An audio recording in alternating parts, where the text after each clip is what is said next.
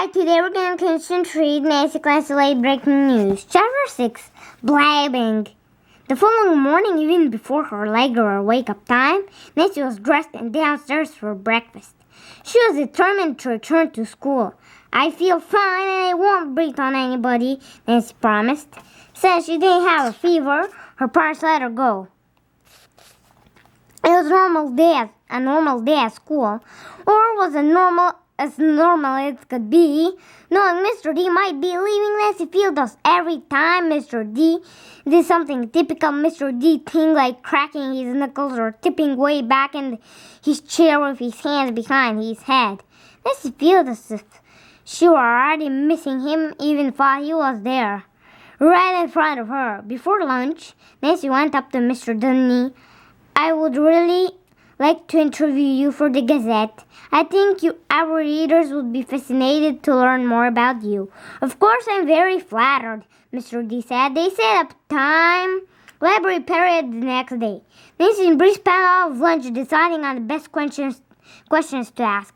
Maybe I could ask what his dreams for the future are, Nancy said, peeling a banana. She still didn't have much appetite. That's pretty good. It will seem like an innocent question, Nancy went on, but it might catch him off guard, and who knows, he might tell me everything. Grace and Clara were sitting down their trays at the table. As soon as Grace found out about the interview, she looked mad that she hadn't thought of it first. Then right away she started telling Nancy what to ask. Find out how much money he makes and who is his favorite kid in his class. Grace, he's not going to answer that, Clara said. Grace suggested, well, at least try to find out some personal stuff. Ask some personal stuff. Like what? We know he's not married, Clara said. Nancy could say, is there a special someone in your life? Then, when stars are interviewed on TV, they always get asked that. Nancy had to admit it was a pretty good question. She added it to the list. That afternoon, Bree had her tap dance lesson. So after school, Nancy lay in the clubhouse hammock trying to come up with more interview questions. She had 10. Was there anything she had missed? She had never interviewed anyone before and she wanted to be professional. Then came over Nancy again. The real reason for the interview: in a few weeks, Mr. Dunny might be gone from their lives forever. There would be a new teacher in 3D, a stranger sitting at his desk. Mr. D's poster of Dire Stairs, his favorite band, would be gone, and so his mug that said mug in big letters. It was too sad to complain. Knock, knock. Nancy heard someone saying. It was Clara. She pulled aside the old sheet that served as the entrance to the clubhouse. Your mom said you were out there. You were out here. I was just riding by. Nancy invited her in and let Clara look over the list of questions. Oh, what do you look like a kid? It's like a kid. That's a fun one. Clara stopped. Nancy, what is wrong? You look so sad. Nancy swallowed hard. It is nothing, she managed to say. Clara came over and wiggled beside Nancy in the hammock. She slung an arm around her shoulder. Come on, whatever it is, you can tell me. Nancy tried to smile. Clara was such a kind person. Someone who was easy to fit in. Before she could stop herself, Nancy blurted out everything. Clara's eyes grew wider and wider while she listened. She looked stunned. This is just horrible news, she sputtered. I will miss him so much. Oh, and my poor little sister. All I do is say how great he is. Now she won't get him next year for third grade. Clara, promise you won't tell anybody? Not at all. I promise. Clara pretended to lock her lips and throw away the key. Then she asked, does Bree know? Nancy nodded. Do I know what? Bree still had on her tap shoes and blue loaded with a short flouncy skirt around it. She was standing at the clubhouse entrance. Bet Mr. D leaving. It's so horrible, Clara said. Don't worry, Bree. Clara's not going to tell so. Nancy added quickly. Isn't that right, Clara? Bree didn't see Clara nodding. She already spun around and left. Later, a message arrived in the mail basket. Nancy described it. It means she translated it from Pig Latin into regular English. You weren't supposed to tell anybody, still you had all the facts, Bree had written. Nancy didn't write back. What was there to say? Bree was right.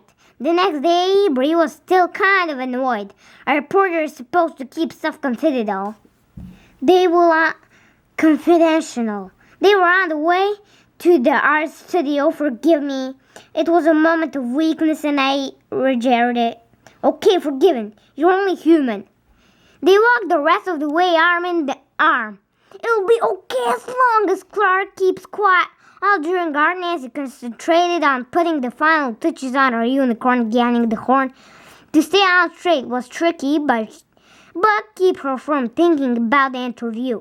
It was next period. Then Nancy seemed like only a second later the bell rang. Nancy's throat went dry. She swallowed hard.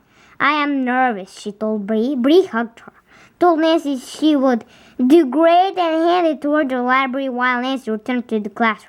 Mr. D was at his desk drinking a tea from the mug that said mug.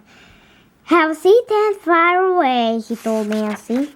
From her first question, Nancy learned many super facts. Mr. Dunny was the youngest of 6 children. All his sisters and brothers still called him Pip, short for Pipsqueak. Maple walnut was his favorite flavor of ice cream. He loved horror movies, the scarier the better. He could surf. Then Nancy decided it was time to move on her leading questions. She cleared her throat. Did you always know you wanted to be a teacher? She shook his head. After college, I worked in Filipina at a bookstore. Then I drove a cab a while in Chicago. After I moved to Florida, and I was a lifeguard, I'm a restless guy. I like having new experiences. Nancy stopped herself from frowning. That wasn't a rest-sharing question. Having new experiences means leaving old experiences like teaching behind. Oh la la. What made you become a teacher? She asked next. When I was a lifeguard, I taught swimming main classes.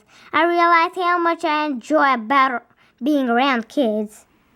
Doing what I do now means I am around kids all day. Oh la la, this answer was a lot better. Well, it certainly sounds like you found out the right profession. Nancy said, yes, I think I have. She said, Dressel is a superb school. Nancy liked the sound of that answer too.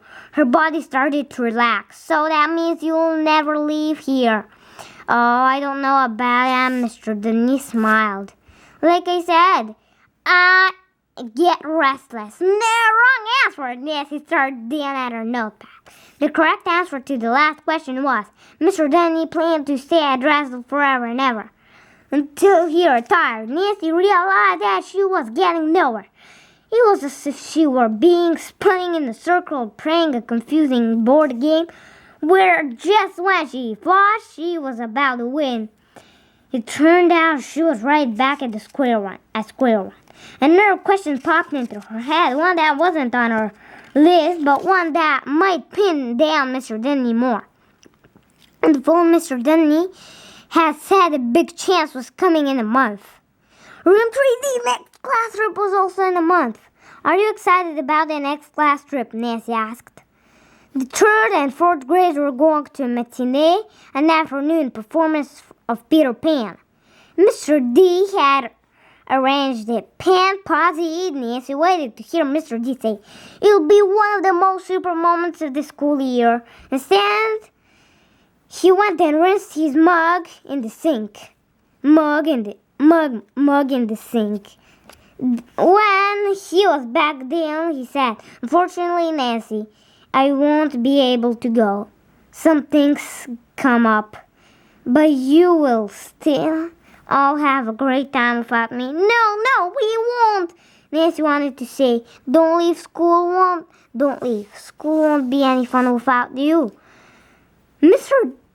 D glanced at his watch. So, anything else you want to ask? I guess I have all I need to know. Bye.